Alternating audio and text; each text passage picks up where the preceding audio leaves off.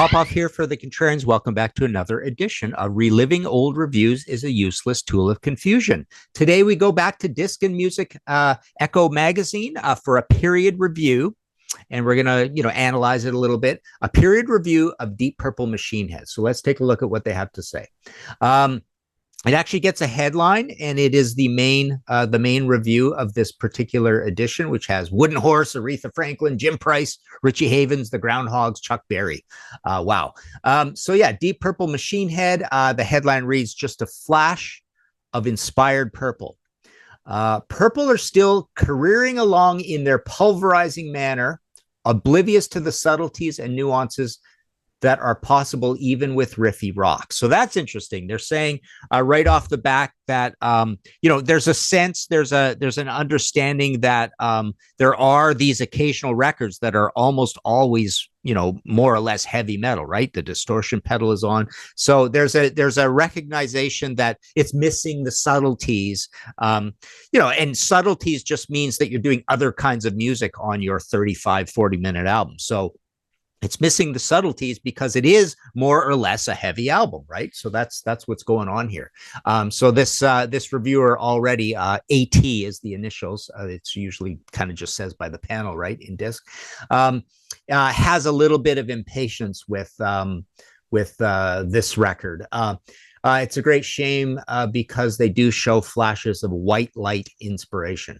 With Never Before, for instance, they have stopped trying to be heavy and manage more EAVEE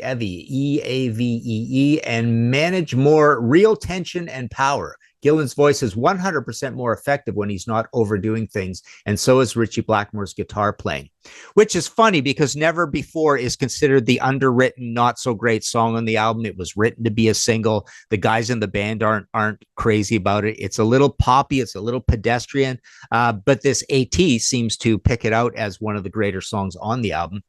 And continues. This isn't even a very long review.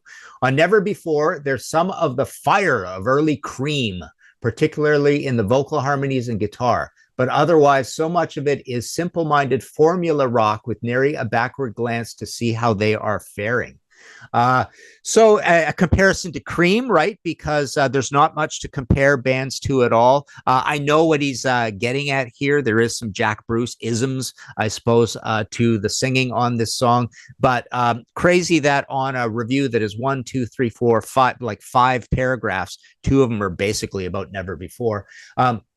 The album was to have been recorded in the ill-fated Montreux Casino, but that sadly burned down a couple of nights before in the middle of a Zappa and the Mothers performance.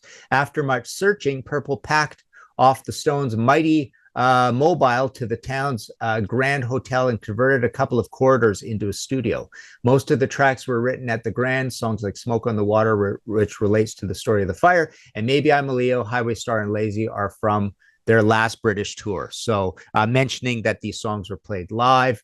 It calls the mobile Mighty Mobile with a capital M. I've never heard that before. I don't know if if this was a short-lived name of it or is just a stylization. But yeah, pretty interesting. So we've got a review that basically is saying that this ain't such a great album. And of course, we know it became an absolute classic.